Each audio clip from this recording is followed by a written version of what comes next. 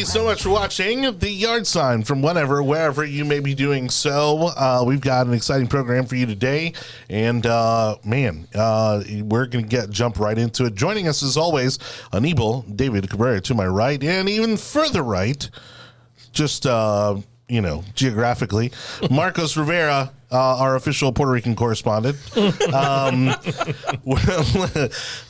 a lot to talk about, and so let's go ahead and jump right into today's topics as producer Mike brings those up. Again, we want to thank you for watching, listening from wherever you may be doing so across all our digital platforms. Don't forget, you can like, subscribe, follow, especially the podcast platforms, iHeartRadio, Apple, Samsung, and Amazon, you name it, we're on it.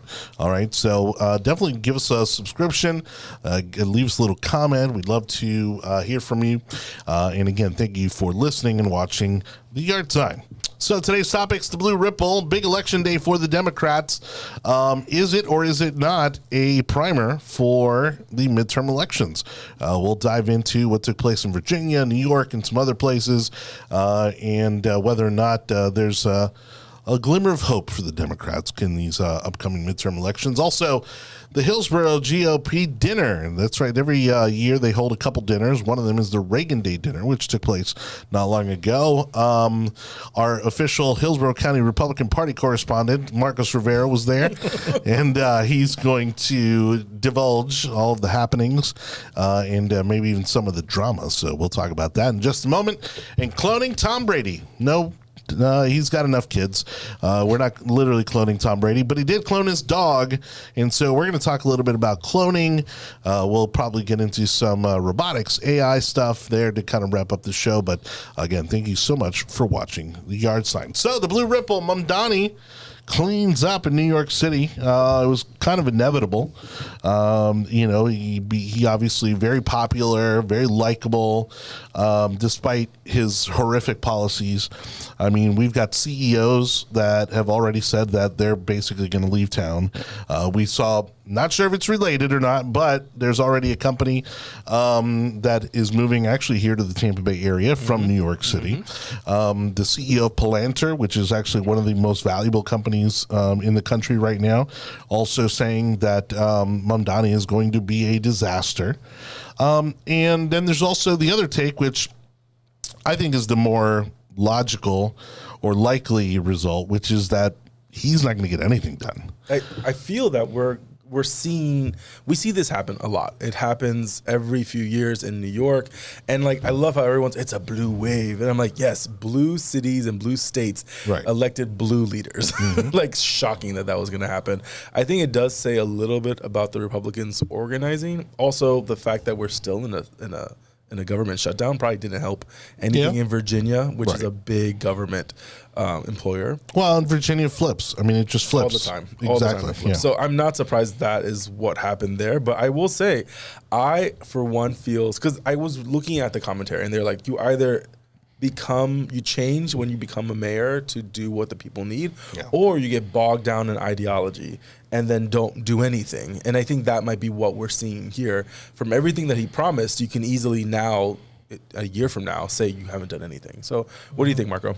Well, I grew up in New York, and I remember Koch was mayor during the crack epidemic. And then from Koch, we elected our first, I think it was the first black mayor, which is David Dinkins. Right. And everyone was like, yeah, we got one of us in there. And it got worse. Yeah. So the pendulum went further and further and further toward the wrong end. What happens after you hit rock bottom with David Dinkins? You get Giuliani. And Giuliani cleaned up New York. And people, if Giuliani was like, I'm going to hire 33,000 cops, people were like, okay, that's what it takes. They were doing crazy conservative, they were letting him do it because anything was better than the junk we had. Yeah. Well, think about the transformative effect that Giuliani had. Here we are, at least 25 years later, since he was mayor of New York City, of course, becoming the mayor of America after 9/11. And the fact is that up until now, New York's kind of held itself together. It's kind of in some parts. You know what I mean? Up to Bloomberg, things kind of. I was going to say Bloomberg was a business owner. He very wealthy individual, funded a lot of things himself, and it was okay. And then you had De Blasio, and De Blasio just did nothing. The beginning of the end. I truly feel that his wife stole millions of dollars through her charitable organization that funneled through there, and they still can't figure out where the money went. And as soon as he got out of office, they didn't care anymore what's going on. And then they elect Adams, and Adams couldn't figure out what lane he was in. I think he was a Republican the Democrat that wanted to kind of run as a Republican, but then also didn't want to go to jail. No, well, I think he became a Republican because he didn't want to go to jail. Yeah. I think that's what it was. And I think that's where we're at now. Because he was going after Trump pretty hard up until he messed up and realized if he didn't get on Trump's good side, he was going to jail. Yeah, but this whole election cycle was weird. Did you see the election voting pamphlet for New Yorkers? It's like two different lines, and Adams is on there once, and someone else is on there twice. I think Mamdani was on there twice. It's so weird. Cuomo was in the bottom corner. Yes, and it's not. I don't know if it's alphabetical or not, but Mamdani is represented by two different parties also, so that got him on the ballot twice. Yeah. And again, I tell people all the time, you had a socialist, an old, inappropriate, probably caused your grandmother to die in New York, Democrat that couldn't win the primary, and then a hat-wearing Republican. And I'm like, this is insane. Well, that was the thing. I mean, it was just the worst of choices. Yeah. And look, I mean, honestly, I wish we would have had better options, even 2 years ago. But the choices were what they were. Yeah. Right. And so in a similar way, again, Republicans there, they just don't have the clout to put anybody up, kind of like what we see here in the city of Tampa. Mm-hmm. They just don't have the clout to put up anybody worth that, because again, do we know a lot of, Republicans who probably could win a city council seat or mayoral seat. Yeah, city council definitely. With the right resources, with the right support, absolutely. But it doesn't exist. It's not that it doesn't exist; it doesn't organize. We have the resources in Hillsborough County to get a Republican in the city council. Yes, the resources exist, but we just saw what happens. There's no mechanism. There's no vehicle for it. And and then someone shoots, and then someone pulls out a gun. It's insane how that all works out. Which we need to get him. We need to get Elvis on the podcast. Oh, he was at the Reagan dinner. Of course he was at the Reagan dinner. Yeah, that's another one. I mean, again, the party switching is fascinating to me, even though we typically see it at the city level go the other way. Mm-hmm. He's one of those that has, I think he tried to run as a Democrat so many times that I think he was like, all right, let me just try something different and let me run as a Republican and see what happens. But taking a look at Virginia, and Winsome Sears lost. Mm-hmm. Okay, not terribly. But and it's interesting because Trump did not endorse her. Okay. Would it or would it not have made the difference? I don't think it would have made a difference. I mean, you're in a state that is already suffering because of the lockdown. So that, I think, is there, cut the legs underneath of anyone running. Yeah, but these people know how government works. It's not like the greater country where people want to blame Trump for it, even though Congress, again, is the one that sets the budget. But it's all about voter turnout. If you have 100,000 people that usually work in D.C., in Virginia, doing nothing because they can't go to work, what are they going to do? Well, they're going to do nothing but campaign. I wouldn't be surprised if you see a large amount of those individuals campaigning, making their people come out, doing the volunteer stuff that they're supposed to do, and you can't have Republicans figure that. It's not possible. Now, I don't believe the Republicans are at fault when it comes to the shutdown, but it didn't help us in this cycle. And again, you had blue states elect blue leaders. Shocking. Right. No, I don't think the results were shocking in any way in any of the races. But again, it's one of these things that, is it or is it not a primer for the midterms? I don't think so. I don't think the Democrats really have much of a foundation to run on in these midterms. I'll say this. I think the Democrats are dealing with their own internal civil war that's happening right now, from Pennsylvania to New York is a great example. You saw two different sides of the Democrat Party fight for the mayoral. I haven't seen that in a while. Right. And so you have, again, the old guard with the odds are sexual harassment Cuomo, senior killer Cuomo, to a socialist that says he's a socialist, but he's a Democrat, and he's promising the world. I'm like, yeah, I would love for there to be free groceries and free buses, and I'm not going to ride a bus, but like I would love to see all that, but I know it's not going to happen. You're going to tax the rich. You don't have control of that. Yeah. So it's fascinating. See, what do you think? I see the. Here's the issue that I see with my community that I'm around all the time, and I don't say anything because it's just I'm not going to bother. Right. But all I see is anything that pertains to Trump is doom and gloom, and it's like, did you miss the whole trip to Asia? Did you miss the Saudi and UAE? And did you miss the record high stock market? Did you where's the doom and gloom? The gas Somehow, prices dropping. Well, because again, they only get the media, right? And the media. And here's the thing: from what I'm seeing, I'd say 80% of the media is all doom and gloom, Democrat run. So it's like, no, unless you specifically, put your feet planted on the ground and say, I'm going to watch 50-50 and kind of get the middle, you're not going to get it. And that's really what's keeping that blue ripple. Is that. Well, and what's going to get you to watch? The woman getting arrested by ICE, or the president, on a trade deal tour of Asia. Oh, give me a good arrest video on Facebook. I will watch that all. I get stuck on that. You get me a sovereign citizen. I will watch 15 minutes of that, just waiting for them to get taken out of their car. I love it. I don't know why. I just love it. I will say this real quick. Yeah. I think what we are witnessing now is the fact that I was not expecting Trump to be as international as he was, because he wasn't that much in the first term. No, definitely not. And so he has done a lot. I mean, don't get me wrong. There's some things that are teetering to explode again in the Middle East, but it's still holding. There's a lot of things that we just don't talk about anymore because it's kind of settled down. And to see all the travel into Asia, all the travel in the Middle East, and that he's worked a lot, and even the Venezuela stuff is really starting to pump up a lot of people. Yeah. So if these are long-term plays for the next year or two, he's going to have a great midterm. Because again, I would rather have the bull crap happen now instead of the middle of the summer next year when it really is the midterm. So remember how right around the election, it was all about the eggs, the egg prices, right?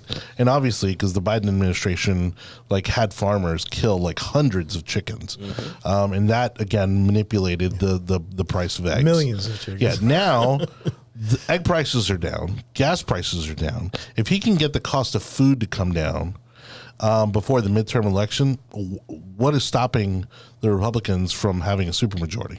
Mm-hmm. And that's the part that people it counted before, but it doesn't count now. Mm-hmm. When it's expensive, it counts. Yeah. Now that it's accessible, then no, it doesn't count anymore. It's not one of those measuring tools anymore.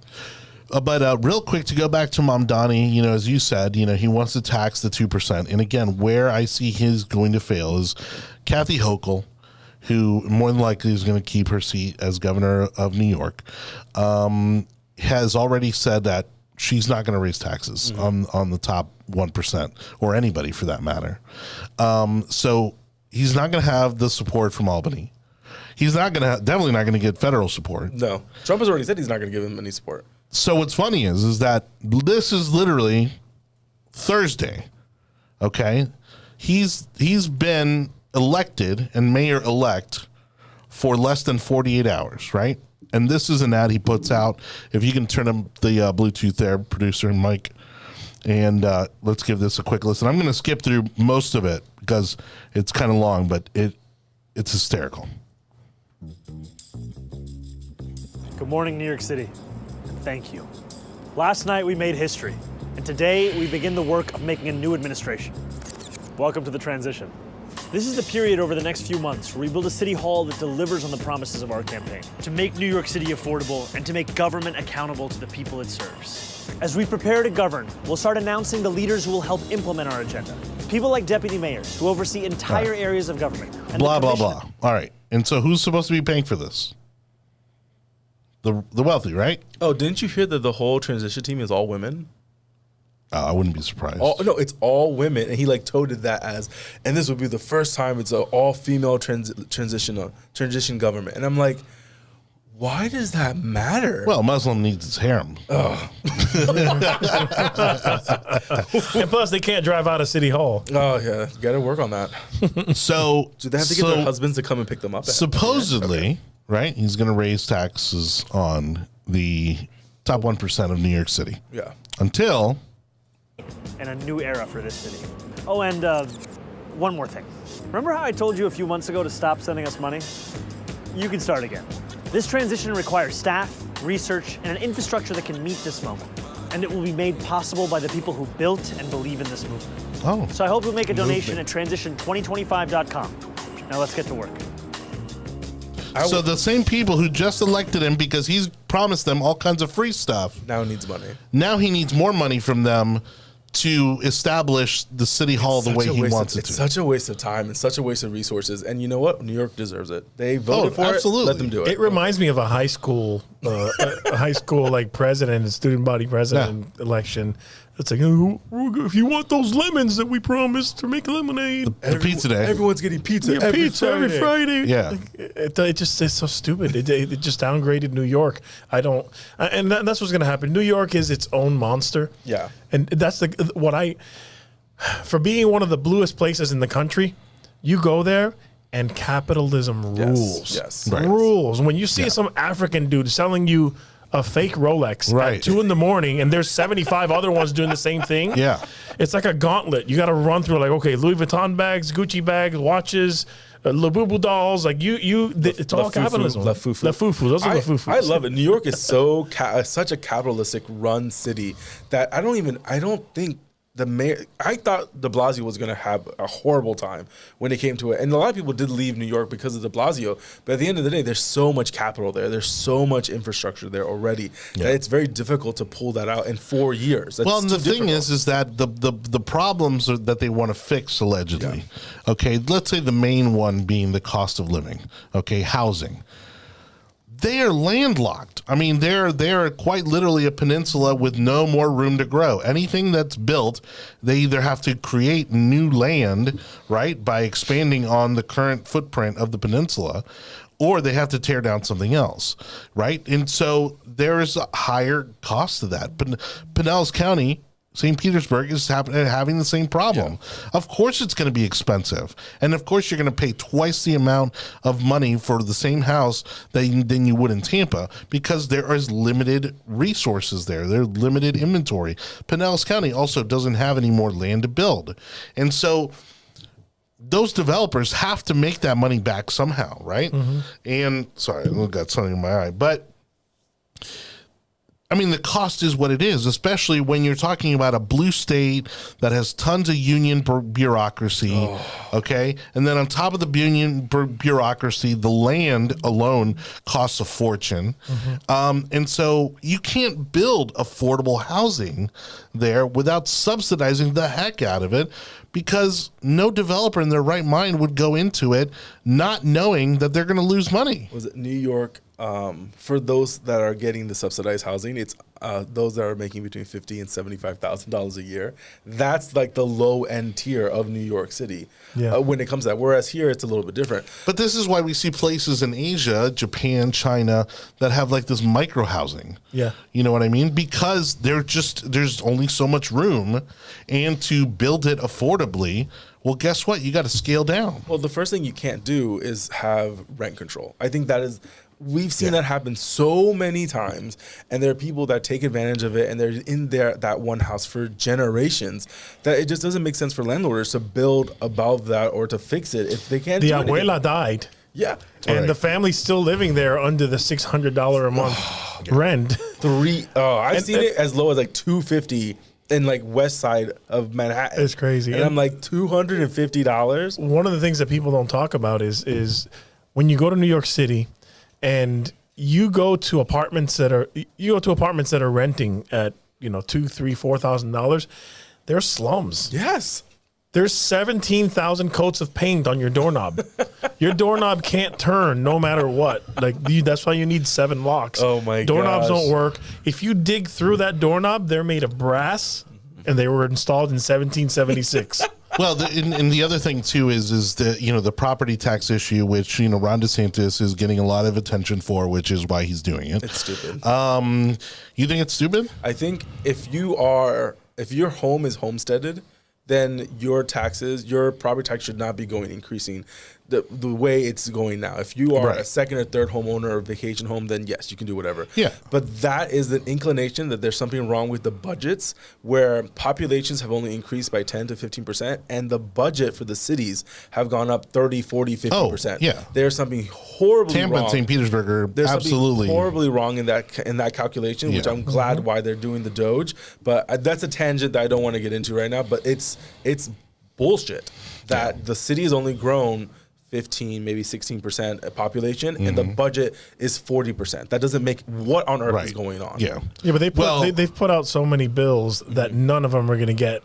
It's like done on purpose. Like there's no way that any one of them is going to be the one, because it's just. What do you get? 60% you have to get. It has to be for it to end up on the ballot. It's not gonna. None of them are. Yeah, and that's the problem. But in regards to the housing issue, well, first of all, I find it incredibly comical that the CEO of the Tampa Housing Authority doesn't believe in gentrification.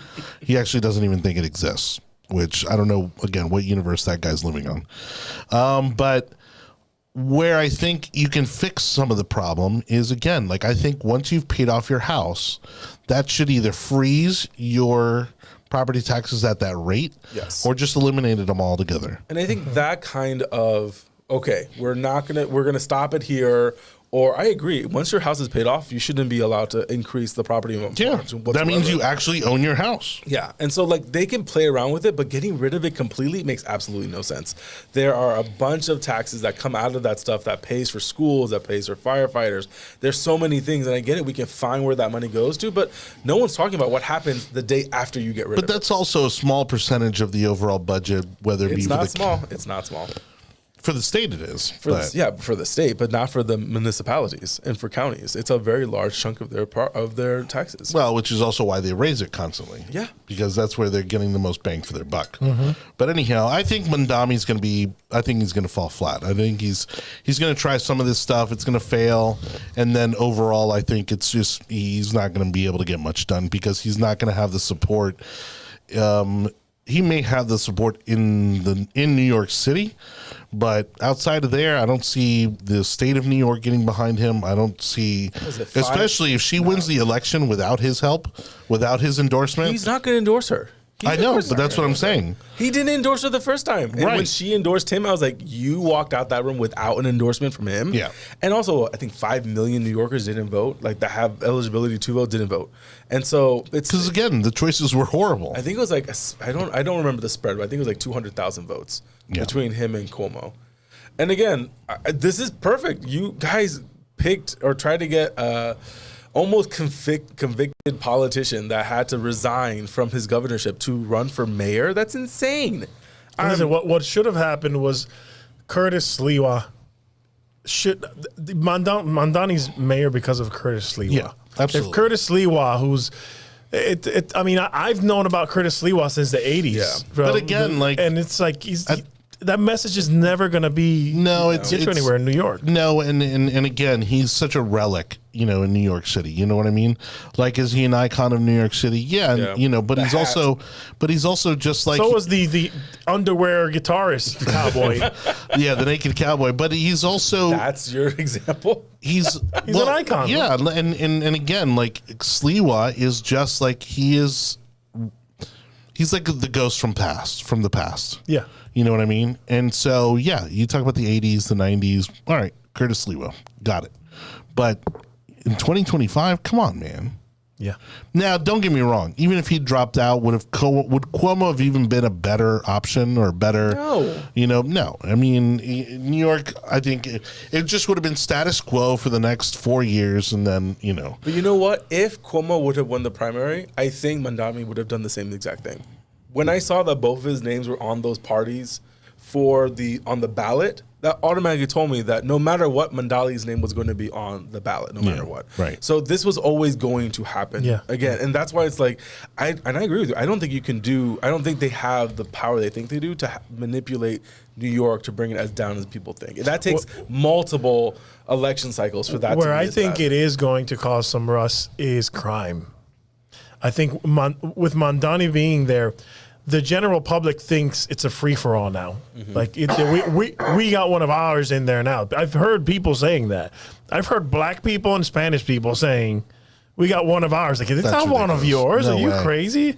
And Not even on Sunday. So my like I said, my brother is Port Authority Police. My sister is a detective with NYPD, and crime is already terrible. Getting the migrants out really helped. Yeah. But having a guy like Mamdani, it's I can stab you today, see the judge tomorrow morning, and I'm back on the street the following day. That's what he wants. That's what's going to happen, and it's going to get worse and worse and worse.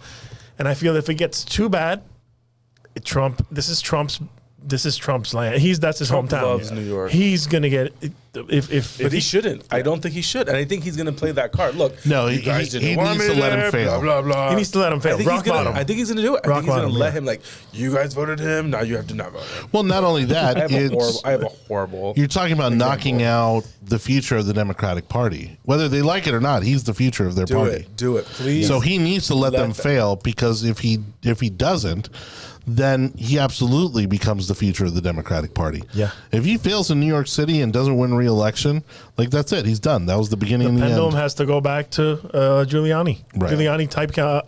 And that's I've always said that, and especially, and you see this especially in politics, there's always an equal and opposite reaction, right? And so if you look at Bush, then we got Obama, and then Obama To Trump.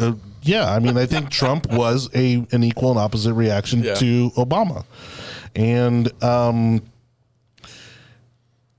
so I do think there will be someone that will emerge as the equal and opposite reaction to Mamdani. Who that's going to be, who knows? I don't know. I know Chase is going to stay. JP Morgan's he going to mentioned stay. it, but one of the Trumps, No, that's so stupid. Junior. I don't think that's going to happen. But Eric. a lot of the big banks are going to stay in New York Why because not? that makes sense to stay in New York. Also, they just spent like $4 billion on a new headquarters, which is beautiful. I think, again, there's too much money to be made in New York City. And it's also becoming a very rich city to begin with, where middle-class people just cannot stay in the city anymore. It's almost impossible. But that's the thing. Why do we have to believe that everyone has to be able to live everywhere? Right? Like, isn't there a song that talks about, like, if you can make it in New York, then you can make it anywhere? But that doesn't mean you're guaranteed to make it in New York. Exactly. Now, don't get me wrong. They have a very real problem. They which send is, people back home all the time. which is the people that help New York run, can't afford to live in New York. Yeah. And you know that better than anyone. I mean, when people you're say talking New about York, the blue but- collar workers can't afford to live in New York. But they say New York, but what they mean is Manhattan. Yeah. Because I can get you a $1,200 apartment in Brooklyn right now. You may get shot, but you'll pay $1,200 a month. And this is one of the anomalies in Brooklyn is you go there now, gentrification doesn't exist. But you go there now, and Greenpoint. I went to Greenpoint, and I'm driving down the hoodiest hood rat ghetto. Just I know exactly where I am because it looks just like it did in 1989. Sure. I'm walking, and there's like a bunch of thug black guys and the Puerto Rican crowd in the corner and the bodega, and it's just like, yo, the hoodies, and it's like Wu-Tang Clan. Right. 10 steps away is a blonde, skinny, little poom short and flip flop walking her tootsie little dog. The dog, at 11 o'clock at night, and I'm going. What? Even the black dudes and Puerto Ricans are looking like, what's going on? Why? Like, is this a plant? Are they trying to get us to do something? I can get a studio 1-bedroom for 190 square feet in Brooklyn, New York for $1,100. That's like the size of this room. Hey, it's New York. It's a Cuban efficiency. It's New York. It's IKEA. I mean, it's an IKEA. It's a Cuban efficiency in Tampa, and that's $1,000 a Cuban efficiency. It's here. an IKEA demo. That's it. Yeah. It's doable. Hey, crazy. a lot of this is in Brooklyn. There's really cheap rents in Brooklyn, honestly. Yeah. Well, it's because they've all moved here. All right. So And nothing on Staten Island, thank God. Well, and part of me also, it's like I want to get these things on record, because I was going through our Byron Donalds interview the other night. I saw that. And I actually called it in the interview. I said that we're going to see you one day in the governor's mansion. So we'll see if it holds true. So going from there, you want to run that next? So we had last week, and in fact, I almost got mad at Anibal for it because I thought he was at the dinner. But the Hillsborough County Republican Party had their annual Reagan Day dinner, and it's one of two major fundraisers that they hold every year. And they typically feature elected officials and candidates to come up and give their speeches.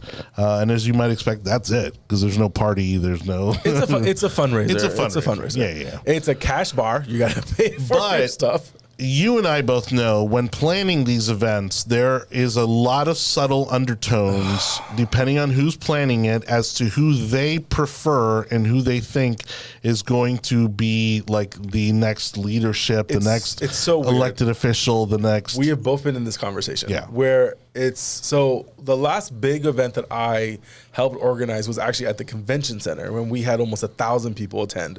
So to see it at the Pepin Center, it's cute, it's fine, it is what it is, if that's all they could figure out.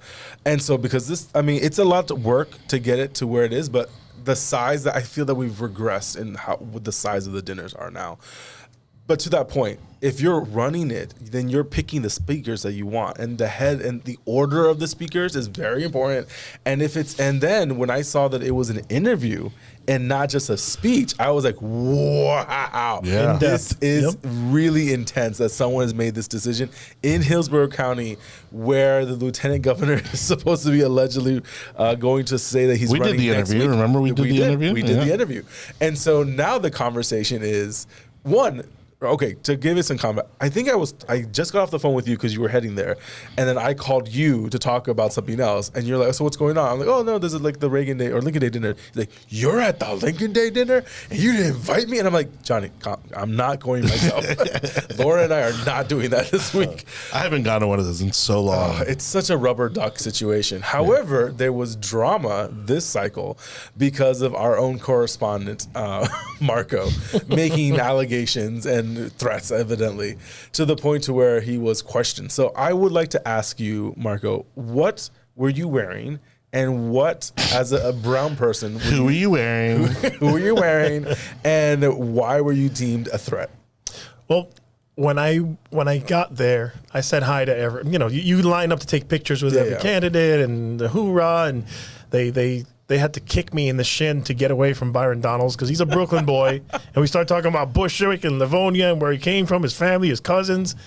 Little Dee, You're Dee. You're schmoozing. So, doing what you're supposed to do at these events. Yeah. But then, people didn't like that. They were like, hey, I want to take a picture with the next governor. And so, they pushed me aside. And then the next person was Laura Lee. And I didn't know that you were very flattered by. Oh yeah. She was good. So I was speaking. I won't go any further than that. I was speaking with Byron, and then they were like, "Hey, this is and I was like, oh, I didn't know." And she gave me a hug and took a picture, and it was great. And then we went down the line. Then it was. You gave her 2 hugs. Yeah, when I got there, and then when I left, and then what was his name? Renner, yeah. He was next. He's also running for governor. Yeah, he's also running for governor, and we said hi, whatever. But then I went to Jay Collins, and he was, hey, bro, and very bro. He's a nice guy. He's a guy. He's a man's man. Yeah. And I told him, I said, hey, in your last race for Senate, I was going to work with your opponent, with Janet Cruz, and I told him things didn't work out the way that's all I said. Yeah, that's all I said. And that little comment alone, I can only imagine, just spread like wildfire. I mean, but I wanted to plant the person, but I wanted to plant the seed. Rolled a grenade into the room, and I wanted to plant the seed. I wanted to plant the seed because, sometimes when you walk into a room, in Puerto Rico, there's an old saying that says, "De cualquier malla sale un ratón." From you never know where trouble any fence, right. is going to come from. Yeah. And, you're standing in a room and everyone's looking at you like you're some insignificant nincompoop. Right, because they don't know who you are. They don't know who you are. They don't know what you've dealt with, you know. They're more important and more special than you are. And then I say that to him just to kind of plant the seed like, hey, there's people from outside of the circle watching what's going on. I'm not here to bow down and kiss your feet just because you are who you are. The circle has definitely decreased. It's a very much more tighter circle than it is before because people just don't want to participate with the local executive committee anymore because they just don't see it as being as effective as them just going straight to the Not that it seems, they just aren't. I mean, I was going to be. I'm trying to be a little nice. And I will publicly do this. Organization that I work with that I've mentioned multiple times that helps veterans. We contacted Jay Collins when he was a senator. Completely ignored the message, and this was benefiting veterans and first responders. We did it again as lieutenant governor, completely got ignored again. So I had to, say something like, hey, so just so he put the face on the person. And that became a controversy because apparently someone went to the Hillsborough County, the Republican chair. Carmen? And we weren't there. And, no. Who's the chair right now? Carmen. Yeah, I think so. Yeah. Karen? No, Carmen. I think it's Carmen. It's it's a lady. It's a Karen. She's Close enough to Karen. Tall lady. And and apparently she came over to our table and said, hey, we think that someone's going to heckle Jay Collins during his speech. What brown person is going? First of all, you don't have colored hair. You've never worked at Starbucks. I don't think you don't do No piercings. No piercings. No pronouns. When I saw that, I took my LGBT button off. I was like, okay, I've been found. Let me bring down the Democrat for life tattoo. I mean, even and the irony is that even as much as Anibal and I have never shown any type of, I'm about to say, what are you going? Centrism or liberalism or anything like that. We would still get accused of it. In these same circles. We get called rhinos all the time. Like, how? How? No, for years within the Young Republicans, people thought that I was a plant. People thought that I was trying to infiltrate the Young Republicans to spy or to bring them down or to, mind you, I'm devoting dozens of hours and money every week, to this organization. But yet I was a plant and somehow working against the organization. Listen, if you really want to get down and understand how capitalism works in government, go to Democrats. Mm-hmm. They are loaded, and there's a reason why they're loaded. They're just really good at pretending they're not. Oh, yeah, they're really good at pretending I care about poor people. The amount of money that flows through the NGOs that does not go to the actual poor people and to what they're working for, but actually gets funneled around to other Democrat organizations, which is why when U.S. aid got cut, they freaked out. Well, I was going to say that's the other reason why the Democrats are in such disarray right now. They have no leverage. They have no financial leverage, no political leverage, because they're broke. Mm-hmm. Why? Because all these NGOs that were getting money from USAID funding all these little groups all over the country, they're all broke. They're all gone. And then I'll tell you this, within Democrats, blue dog Democrats that agree with a lot of Republican policy, even they are bullied by their own party, and they're called dinos because it's you're not really. I know in Tampa Bay, I know so many of them. I mean, why do you think so many Republicans like Buckhorn? Mm-hmm. It's because but if you go, he's basically a Republican with a D next to his name. If you go to anyone in Tampa, and you with blue hair, they don't like Buckhorn. Yeah. Because he's fiscally conservative. He's a business Democrat. I realized he was a Republican in spirit when I gave him a hug, and his clothes had so much starch in it, and I was like, "Oh, you're a Republican. What's going on?" He took the time. I get it. Well, and the most brilliant line that I heard actually this week was, all Republicans are asking for is the same immigration policy that Martha's Vineyards has. And I'm like, if that's not perfection in terms of showing the hypocrisy within the Democratic Party, I mean, it's it right there. I love the videos of the guys that would come up to houses and be like, oh, hey, would you sign this petition to help, with the housing of the illegal immigrants? And they're like, oh, yeah, sure, absolutely. Here, where do I sign? This and that. I was like, all right, how many do you think you could stay here with you?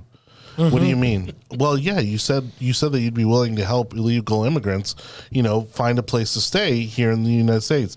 And all of a sudden they pull up the bus and all these brown guys start getting out of the bus and they like panic and run back in the house and close the door shut. And, because again, it's all smoke and mirrors. It's all because they want to look good and feel good, in front of, their friends and neighbors and, but none of it's real. So they were doing a breakdown of who actually voted for Mamdani, and they were talking about how he lost those that made under $50,000, and then he won whoever was making over $100,000. And it's because his policies are not going to affect those that are making $300,000, $400,000, $500,000 in New York City. Right. It's not going to affect them. Yeah. And so I think that's where the conversation really needs to be said. That this coming cycle, midterms, I won't be surprised if things will be landing where they need to land, to where egg prices are down, oil is down, housing is starting to come down, groceries. I think that's the biggest thing. You can put pressure, and now we have this whole medical situation where the Obama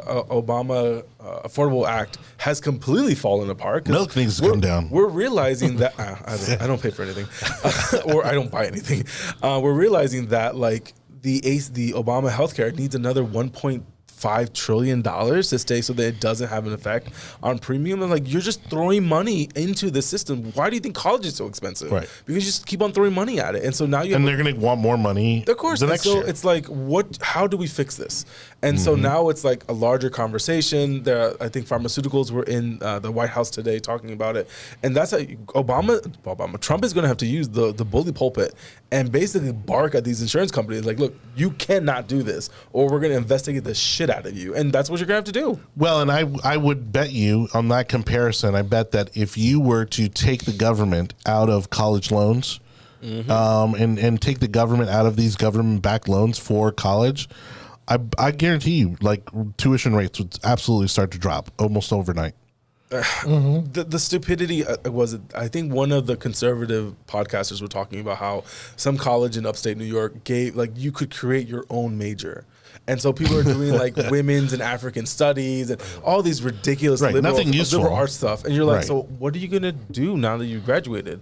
We just have really educated baristas. That's what we have now. Yeah. And don't get me wrong. Which is why they demand, $25 an hour. And you know what? And they don't want to wear uniforms. However, I'll say this, though. I do not have a problem with a liberal being a barista. I don't have a problem with that. And honestly, they make great coffee. I don't believe conservatives make good coffee. I'm just gonna say that. I don't believe it. If you're serving me coffee, and really I don't drink coffee, so it's the wife. So if you are not colored hair with a septum piercing of some kind and tattoos and probably even daddy issues, then you know what? Your coffee's not gonna taste very good. Yeah. And that's what I want. I want to see. Well, because they think it's an art. Oh yeah, it is an art for them. Yeah. Let it be. What I thought was hilarious that after weeks, maybe even months of fighting, because God forbid Starbucks asked them to wear uniforms. Starbucks oh really? Oh, we're going to close 200 stores. There you go. Good luck with those uniforms. And they get mad. They get so mad. And I'm like, then open your own coffee shop. It's not, it's expensive, but it's not that expensive. And again, the more liberal you are, the better the coffee tastes. When you can charge $6 for a cup of coffee. I'm willing to pay $17 for a cup of coffee if it's going to make my wife happy. I don't have a problem doing that. Right. Our coffee machine broke a few days ago, and the first call I get. What's her name? We just moved into barista. And so the first thing I did was, okay, I'm going to Starbucks to go get coffee. That's right. Because I enjoy my life. And I'm going to get yelled at for making this comment also. Okay, so going back to the LinkedIn dinner. So do they talk to you? So what happens? No, so... by the way, that's what you get for going without us. I know, right? That's insane. Right? You deserved every bit of the scrutiny that came along with it. I would have paid the $600 for a table. Oh yeah. No, so I'm a changed man. I don't think I've ever paid for one of those dinners. Ever since I had my Ava, and I had a little bit of a custody battle with Ava. Everything's cleared up now, but ever since that, my temper's, I'm very level-headed. But if they would have tried to escort me out, I would have been the most famous Republican in Florida that day. I would have lost They're like my Elvis ish. Pickett who? Yeah, right? I would have lost my ish if they would have removed me. Because I would have went so far to make a spectacle. Well, the chairwoman, what was it she called you? Communist, socialist? She called me a rhino. No, she called you like a socialist Probably. or something like we that. were at a normal wasn't a monthly rhino. meeting, and she goes ballistic behind me, and It I'm was, like, oh it my was God. worse than the rhino. I apologize if I think these statements that they come up with. Oh, we need to make a statement about X, Y, and Z. How about we talk about like getting the party together? Well, that's a whole nother tangent. But They tell me the undisclosed representative that was sitting at my table says, "What did you tell that guy?" I'm like, "What do you mean?" They said you're going to be heckling him, and I was like, so he got on stage. oh, so you literally told him that, hey, you like ignored us and No, No. I just said I was going to work with your opponent, but I didn't. And my name is Marcos. Just that right there is like, whoa, That what's going caused on? such a scar. yeah, no, that was So when he got on stage, Rookie everyone, move. no one sweat. It was one of these cold days. You know, it was colder, and Laura Lee spoke, Renner spoke. Everyone was fine. He got up there, and he was just frazzled the whole time, and he sounded angry. And you know, his whole speech was just weird. And every time there was a silent moment, I would go. So he knew where I was sitting, and get a little jump out of him. yeah, just a little. And then he finished his speech, and he left. Huh. He didn't stay for Byron So Donalds. something definitely was under did- his skin. I don't think he was gonna. No matter what, I don't think he was gonna stay because he's No. not the main speaker. And as lieutenant governor, if you're not the main, then just walk away. Well, I mean, again, not There we go. That's how you Congressman- get you heckler. congressman kind of outranks lieutenant governor. Anyways, In whose mind? well, correct, right? But you're right. I think regardless, he would have left I think in that situation. I think he would have left no matter what. And it's I will say, uncommon. Byron, It's not uncommon. because- Byron sounded. So when Byron started speaking in his interview, so I'm a big proponent of SMRs and nuclear power. Guess what Byron was talking about? SMRs and nuclear power. I'm a big proponent of trade workers. What was he talking about? Trade work. And everything he said, I said, this mofo does not sound like a governor. He sounds like a president. He's going to run for president. He sounds like a president. And he's going to be a president. I want him to hopefully run for not president. in 28. No, I think he should stay his full 2 terms. Yeah. We already saw what happened. He's to the 46. last He needs a governor. little more gray. I think he's considering be in black his late- he'll be black in and his brown late don't 50s. crack like that. So he needs a little more gray. Well, and I'm going to be curious to see how far does this Trump endorsement go?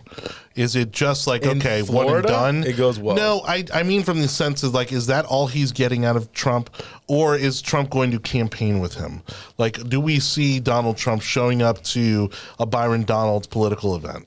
I think so. I don't think so. Depending on what the I know, the it's polls, touchy. what the polls say, I don't think it's going to be necessary for the president. Oh, I don't know about that. You know why? You really think it's going to be a Well, tight because race? I'm already I'm seeing out on social media. I'm seeing some of the angles that they're trying to work to diminish. So you did. You read us that article earlier today about Byron, and that people are looking for someone else. And I'm like, I don't see anyone else being able to jump into this. I don't race mean that. I just with mean in the same way time. that they're going to attack him, right? Because at some point the attacks are going to start. Jay, by the way, because we've been talking about it on almost every episode. Yes. I almost don't think he's going to announce at this point. Isn't it? When's the Veterans Day? Is it Veterans Day or? That'd be dumb.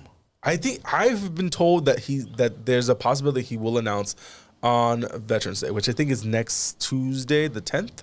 So I think that's what I've been told, is that that's a possibility. However, if he doesn't, then he can't do it until the new year. And then he's lost the entire cycle. But we've also talked about this, when it comes to veterans and politics. Do we love and respect our veterans and thank them for their service? Yes. Absolutely. Does that make you qualified for a damn thing? No. Not for public service. Military service, yes. If that's what you want to do, go for it. Run it all the way to the pole, to the flagpole. However, that translation into public service when it comes to politics sometimes doesn't transition well at all. So again, I want him to run lieutenant governor office as hard and run that to the best of your ability. So then when you're ready to either transition to congressman or take out Kathy Castor, I think you'll have what it takes to do that. But it's I think he's gun shy because of what happened with him in the last election cycle, going from the congressional race to the state Senate race, which obviously now it all kind of worked out for him because he ended up in the lieutenant governor's seat. Yes. But I wonder if secretly he's also eyeing the Senate race. For which seat? Moody. Oh, don't do that. Don't do that. You're going to attack. I don't think Trump's endorsed her. And she's look, I love Ashley. I love Ashley. And I want her to win. But she is beatable. I need to see what the polls look like for the her. right, I think with the right messaging and the right team and all that, I think a Republican could come But she did what she was turn that card over. She did it the way she was supposed to. She ran correctly into No, the it's not. position and then It's not a transitioned commentary quick. on her. Yeah. It's not a commentary on her. Okay.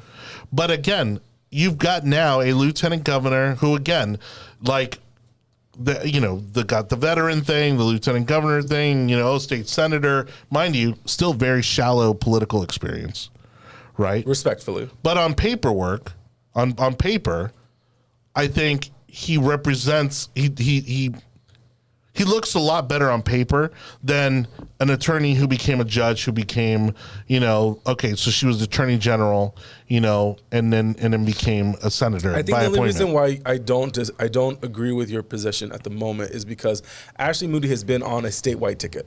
And people have seen that, and the whole state has voted for her to be attorney general, and so that she's already been on a ticket. I know, but you talk about the red blood Republicans. I think are going to that transitions really well for the Senate seat. That's why she got into that. Honestly, that she's the only one that could have done it. So now she just needs to work for the next 6 to 8 months on that cycle of. Actually, is she going to be reelected this coming November? She's up for election. Yeah. So what needs to happen is she needs to hire you to do, and you guys to do marketing. Listen, and everything political else. attacks on Jay would work. There's a lot really to easy. attack on, aka barbecues, and there's I was surprised. there's a lot of stuff that I'm not saying he doesn't have his own baggage. What I'm saying is that with the Republicans that we know, and your red-blooded, outskirts, of the county, Would they vote for a woman to be senator? That's the thing. I think if you give them that choice between Jay Collins and Ashley They're Moody, gonna go for Jay. thank you. That's the point I'm I'll making. tell you what, Republicans that I know, especially McDill-related Republicans, they're Don't not mind. Jay fans. Yeah. They're not Jay I fans think at him all. running for senator or And considering they're military, But it's tricky because I've seen a lot of veterans that they don't like that. They don't like, Anna Paulina Luna had that same problem. She did have that problem. They don't like it when you leverage your service for anything. Mm-hmm. You served to be selfless, right? And you served to serve your country. You didn't serve to become a congressperson. You didn't serve to become an attorney, to be clear, lieutenant governor. Jay Collins has not done that. I think what's going to happen. No. And that's not why anybody does it. But what I'm saying is that when they use that as a mechanism to get elected, a lot of veterans don't like that. So I think what's going to happen is that if he does run for governor this cycle, I agree with you. A lot is going to come out that's not going to be very flattering. And it's going to piss off a lot of people, especially in the military community, when they find that kind of inaction or there's been an issue with financing something when it came to the barbecue situation. I think that's going to come out and become a bigger thing. I don't know what this barbecue thing's about. Evidently, the money, was it managed correct? I don't know. I don't know the full details. I just know there's something was there. Was it $10 million appropriation? All I know is that there's something there, and I don't know what it is, and I need to do the research to figure it out. And I think a lot of Floridians will do the research. But I think if Jay Collins stays in where he's at for the next 2 years and does a really good job, he has his pick of whatever he wants to do. I would agree with that. Whereas if he jumps into the governorship now, it limits him because now he's fighting an uphill battle. The question I have is, what juice did he drink that suddenly everyone wants to hand him a position? Because it's like what do you have to do in life in terms of political know-how, business know-how? What do you have to? Because what do you have to know to go? That's my lieutenant governor. I'll tell you this. I don't see the resume there. And Emil, you tell me if you disagree, because we have seen this many times. Many times. And in fact, there's a current state house representative who's a good friend of ours. Yes. And I do mean all three of us. Yes. Who in other occasions when running for office, dead in the water. Not a single bit of ounce of support from Tallahassee or anybody for that matter. All of a sudden got in the right rooms, got into the right conversations, got into the right meetings. Made the right decisions. Now he's the golden boy. Mm-hmm. And now all of a sudden, like his trajectory is just shooting straight up. And so, again, as involved as we are, and as often as we are in some of those rooms with some of those people, I haven't been able to figure out how that happens.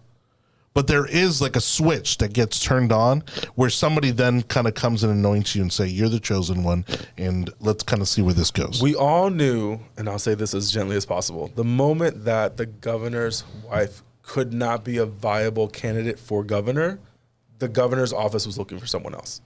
And does that mean it's going to be Renner's? Does that mean it's going to be the lieutenant governor? I do not know. I don't think it's Renner. However, but Renner has said he's going after the governor's endorsement. I don't know what's going to happen. We all know Byron Donalds is not getting the governor's endorsement. Someone has to get the governor's endorsement. And that's what it is. It's about carrying the DeSantis legacy. Yeah. And that's where I think Trump legacy. I think Trump is going to make this a personal vendetta. Oh, yeah.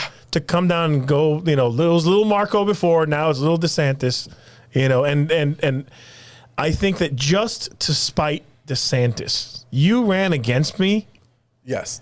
You ran against me? The president is petty. Yeah. Petty. Right. And I'm going to take this Byron Donalds guy who happened to have his name sounds a lot like my son's name, Barron, and his last name says Donald on it, and I'm going to squeeze as hard as possible to get this guy to be governor. Again, I think the trajectory when it comes to Byron Donald, the money that he's raised and everything else is moving in a direction that I think is not going to be able to be stopped unless there's that huge scandal. And we've all talked about what we think that scandal could possibly be, and that could derail any politician, but that's the kind of level that it would have to be right now. But Byron has the right combination of the grassroots support. The grassroots support is there. The white people are there. Throughout most of the state, not all of the state, but yes, correct. He can get elected by white people. He has the grassroots support, but then he also has the donor support. Mm-hmm. And so he's able to live in both of those universes and do very well. But I think that was a product of getting elected congressman in the richest region of the state. Because he knows how to be in those rooms with those donors and ask for that money. And he also knows how to appeal, having come up through like the Tea Party and the Young Republicans. He knows how to appeal to the grassroots voter. He's at that age that he can definitely do it. He's young with young kids and everything else. Though everything looks good on paper and in the pictures. He lives in Naples. That's what I was going to say. Have we had a governor out of Naples yet? I don't think so. So, again, I think it's close enough to North Cuba. And Rick Scott? No, where's Rick Scott from? I thought the East a little Coast. further north. No. Anyways, I think what's going to happen now is that Byron Donalds' base of power and where that influence is coming from, again, is close enough to North Cuba that's not that big of a deal with Miami. It's close enough to Tampa that's sucking that in, that we've all kind of met him in the past and we've all talked to him in the past and we've all run into him. So so we have that personal connection with him. And it's been years that we've had that personal connection from the events for the RPOF and everything else. And you really see that happening now. So I think the trajectory is in his favor. And let's see what happens. Again, I love the Collins family and everything else. I wish nothing but good and success for them. And I want him to run and be the best governor, the best lieutenant governor as possible, so that he can have the pick of the litter when his term is over. Yeah, Rick Scott lives in Naples. Oh, so Rick Scott is in Naples. Yeah. Oh, okay. And I think he's already endorsed Byron. Yeah, that makes sense. So then we've had a governor from Naples already then. Okay. Yeah. Next. Well, we're going to end the show on a fun note. But again, thank you to everybody for listening, watching from wherever you may be doing. So again, it's The Yard Sign, theyardsignshow.com. Look for The Yard Sign or The Yard Sign Show on your favorite digital media platform or podcast platform. And make sure you like and subscribe. Thank you so much to everybody who is new to the family. We're going to end with the cloning of Tom Brady. And no, it's not his latest stunt. Although I'm sure there's plenty of New England Patriot fans in this very room who would love nothing more than to clone Tom Brady. Mm-hmm. But turns out he cloned his dog. And honestly, as someone who loves dogs, I know you love dogs, I'm not mad at it. Like, you're not mad at it? No, like I honestly, like there are dogs that I've had in my life that I would be like, if I could have that dog for the rest of my life, I would. Okay, but you're gonna have the look of the dog, not the actual personality of the dog that you cultivated out of that. So like that's where the cloning situation becomes a huge problem. But that's what we don't know. And then we don't know how you're literally cloning. You're cloning someone's animal's behavior. Well, I mean, again, the expectation is that it would be similar in demeanor, similar in That's not how that works. Temperament. That's not how that works. Well, I know it's a product of the environment, but if the environment, I mean, we have clones here. Is the temperament any different? Just have twins. Very different, right? How that works. They're technically close. Same exact DNA. It's not a clone. It's a twin. Who's the a-hole? See, immediately you get an answer of who the a-hole is. So Tom Brady's new dog may be the a-hole version of his old dog. Oh my God, this has disintegrated so quickly. Well, but the environment's the same. The environment's the same, so you would expect that the dog is more than likely going to behave the same. Giselle's not there though, so good point. It could damage the dog.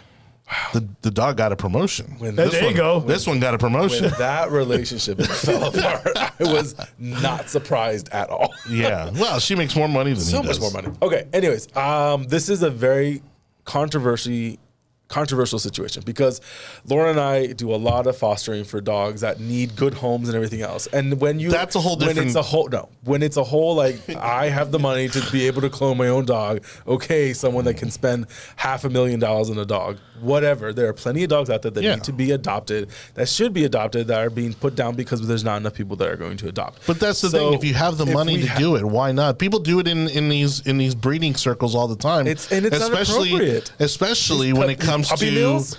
Not puppy mills, but especially when you talk about these show dogs and these competitive dogs, like that don't come from a puppy mill. Here's Astro, who's the 5th generation of this, German Shepherd, and they've won, this championship, for 25 years. And just like European aristocracy, they will all come out a little slow, and so that's what's going to happen. We have a litter of 12. 7 of them already died from heart congestion, and one of them is show worthy. I mean, those are some of the side effects. I mean, but again, would you clone your own dog? No. No. I wouldn't either. I don't know if you guys ever watched Family Guy. That Stewie got cloned. Yeah, he cloned himself, and then the version of Stewie that got cloned. No, he was just. Oh, yeah. And he called him. Yeah. He said, "I'm Stewie. That's Bitch Stewie." And then they created Bitch Brian, and Bitch Brian was slow too. And you got to watch that episode. IQ falls about 25 points every clone. There's an episode.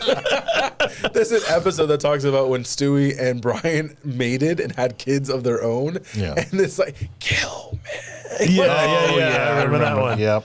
So this can just again. But with a dog, would you know?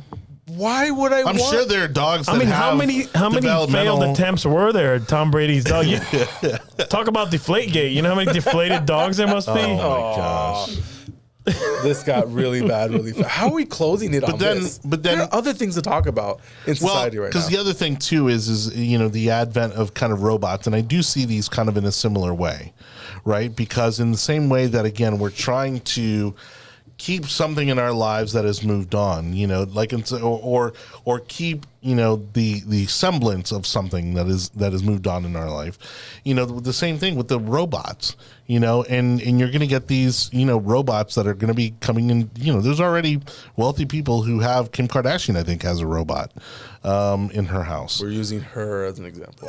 Well, I mean, that's where it starts. Have you seen her new TV show? No. It's a bunch of bitter women divorcing other women. Of course, that's what they do. That's how they make a living. And they're wearing really expensive clothes, and in one of the commercials, half of her back is showing. It's just insane what's happening in TV right now. I can't wait to see how many seasons it goes and see if it goes any further. Probably many.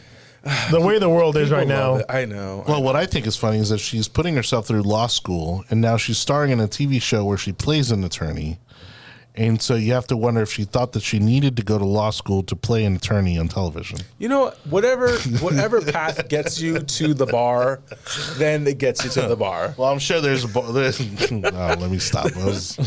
No, that line of jokes is hilarious, and it comes from a movie. Actually, it comes from Money Pit. Okay. With I don't remember the Tom artist. Hanks. Tom Hanks and that other girl that played in a bunch of TV shows in the 80s. And they're arguing with each other, and she's like, you know, you were so much more attractive when I was drunk. And it's like, well, good thing you never were sober. She's like, I don't know how on earth you passed the bar, because he's a lawyer. He goes, well, honey, you've never passed a bar in your life. And they just yell at each other even further. But again, I think what's going to happen is that very wealthy people are going to spend stupid money that could have been used to do something else on these. Now it's not even a designer dog. It's the dog you had when you were a child. And so we're moving into an even further inappropriate position when it comes to that. Well, now we know what he's doing with the Saudi money. So much Saudi money. Yeah. Oh my gosh, it was insane. So again, Can you imagine that phone call? Hey, Tom, you want to clone another dog? We got some flag football here. How many more dogs do you want? Yeah. and it's flag football. That is the stupidest thing of all times. So much money in Saudi Arabia. But you know what? We're cloning Well, goats. We're cloning goats right now, but I think it works for dogs. Well, I think- Weren't we cloning goats in like the 90s? Like, it's been forever. Yeah, it was like sheep or something, right? What surprised me the most about the story, too, was that it's a company here in the United States. Of course it is. Which I thought would be illegal. Maybe for humans. I mean, Well, yeah, definitely for Fauci humans. allowed a lot of things to go when it came to making stuff happen. So Well, as long as you line the pockets. I mean, wouldn't be surprised if that was a Fauci like Obama situation where they allowed cloning to happen and like no one talked about it. But now everyone's talking about it when it comes to cloning dogs. If Fauci looked like the grown up senior citizen version of the Mad TV guy. You know, the little Mad magazine Well, character. he's the stereotypical, like, scientist that works for the evil empire guy. He doesn't know. He doesn't in every think, movie. He doesn't think he's doing wrong. He No, thinks right. he's doing the best. And then you yell. But at he's him. also doing it out of self-preservation. Oh, he's Eichmann. He's our generation's well, not our generation, but he's this world's Eichmann. Like I was told to do it. Like I was just following orders. And you're like, yeah, and so was Eichmann in this situation. And so I'm surprised that man is still allowed to be walking around on the face of the earth right now. But didn't he get pardoned by Biden? Allegedly. Yeah. Allegedly. Well, and that's why Trump's going after, all those auto pen signatures. Because, As he should. Because, again, like, does he even know? Does Biden even know that he pardoned him? No. Biden had no idea what was going on the last And then 6 again, months. what's the legal legitimacy of those signatures when it comes to pardons? The Democrats did it to themselves. Again, I can't wait for the midterms to really see what's going on and see what this all flushes out to. So I'm excited for it. But I don't think what we saw this past Tuesday is any inkling of what the midterms are going to look like. I think it's just, again, blue states and blue cities electing blue politicians. Yeah, there wasn't any major, like, oh my gosh, we can't believe that this seat flipped. You give me Utah, or this state flipped. or you give me like somewhere in like Mobile, Alabama. Well, again, like nobody's surprised that an illegal immigrant, was just elected mayor of Minneapolis or St. Paul. That's insane. In Minnesota. I mean, like that surprises nobody. No, not because from they're that part of crazy. the world. Like it's literally like Minneapolis, St. Paul is like the Portland of the East. And I mean, they're just nuts there. I mean, it's the birthplace of Governor Jesse Ventura. Not the birthplace, but the birthplace of his political career. Yeah. I thought it was Baja, California. He's That's always a guy, talking man. about Baja, That isn't guy's he? nuts. Gosh. Oh yeah. He continued his WWF. That's all he does. He's still that guy. Yeah. All right. Well, thank you again to Marcos Rivera and Ebel David Cabrera. Just and David. what? Just David. Oh, excuse me. All right, there, Prince. Right. Are we gonna go to the logo next? I mean, ADC. we're gonna become the logo next. Yeah. Hello, ADC. The person formerly known as. I'm not a sovereign citizen, so this doesn't work for me. Thank you to everybody for watching The Yard Sign, the most important and relevant podcast in politics. Again, like, subscribe, follow us on all our digital media platforms. Thank you so much for listening, watching from wherever you may be doing so. We'll see you back here next week, 5 o'clock. Goodbye, everybody. Goodbye. Bye, guys. Bye.